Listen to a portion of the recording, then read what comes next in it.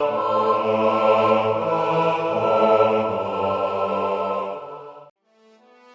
was the founder of the Roman Empire and its first emperor, ruling from 27 BC until his death in 14 AD. He replaced the Republic with an effective monarchy and brought peace and stability during his long reign. Here are a few facts you didn't know about Gaius Octavius Augustus. He was born in Rome on the 23rd of September 63 BC to Gaius Octavius. He was named after his biological father, but historians typically refer to him simply as Octavius. In 59 BC, his father died when he was 4 years old and was raised by his grandmother and Julius Caesar's sister, Julia Caesaris. In his teens, he was once put in charge of the Olympic Games that were held in the honor of Venus, the Roman goddess of love and beauty. As for his character, it is said that he was cruel when young but became mild later on. However, he was still prepared to be ruthless when necessary. He was tolerant of criticism, possessed a good sense of humor, and had a particular fondness for playing dice, but often provided his guests with money to place bets. He always wanted to join Caesar in his campaigns, but his mother always protested.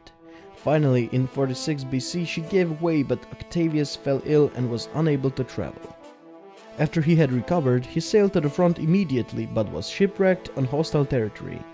He and a handful of companions crossed the enemy territory and joined Caesar's camp.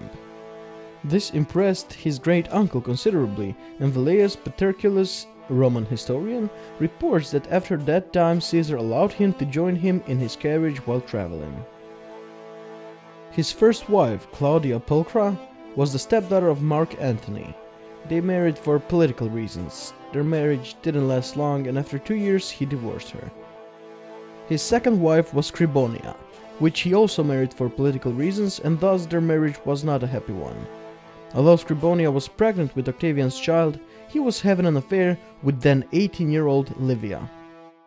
When the child turned out to be a girl, he immediately divorced Scribonia, some sources saying that it was on the same day as she was born. His third wife was the love of his life. When they met, it is said that they immediately fell in love, although she was already married to another man, Tiberius Claudius Nero. After Octavian divorced Scribonia, he persuaded, some sources saying even forced, Tiberius to divorce Livia. They had no children but were married for 51 years. At the time of Caesar's assassination, Octavius was studying and undergoing military training in Apollonia, modern-day Albania. And when news of the assassination reached him, he rushed to Rome and learned on the way that Caesar had adopted him and named him his heir. No doubt that increased the desire to avenge Caesar's murder. Mark Antony later claimed that Octavian had earned his adoption by Caesar through sexual favors, though a Roman historian, Suetonius, describes Antony's accusation as political slander. Upon his adoption, Octavius assumed his great-uncle's name, Gaius Julius Caesar. There is no evidence that Octavius ever used the name Octavianus officially, but historians usually refer to the new Caesar as Octavian during the time between his adoption and assumption of the name Augustus in 27 BC. After a brief conflict with Antony, Octavian marched on Rome and demanded that he receives the consulship. He encountered no military opposition and was elected consul in 43 BC. In a meeting near Bologna the same year, Octavian, Antony, and Marcus Aemilius Lepidus formed the Second Triumvirate. Unlike the earlier First Triumvirate, this one was an official, legally established institution, whose overwhelming power in the Roman state was given full legal sanction. Together they defeated Caesar's assassins at the Battle of Philippi in Macedonia. After their defeat, Brutus and Gaius, the leading instigators of the plot to kill Caesar, committed suicide. After Lepidus tried to seize Sicily for himself from Octavian and failed, he was exiled, which left Octavian and Antony the rulers of the Roman world. By then the Triumvirate collapsed and Antony divorced Octavian's sister to return to his lover Cleopatra, the Queen of Egypt.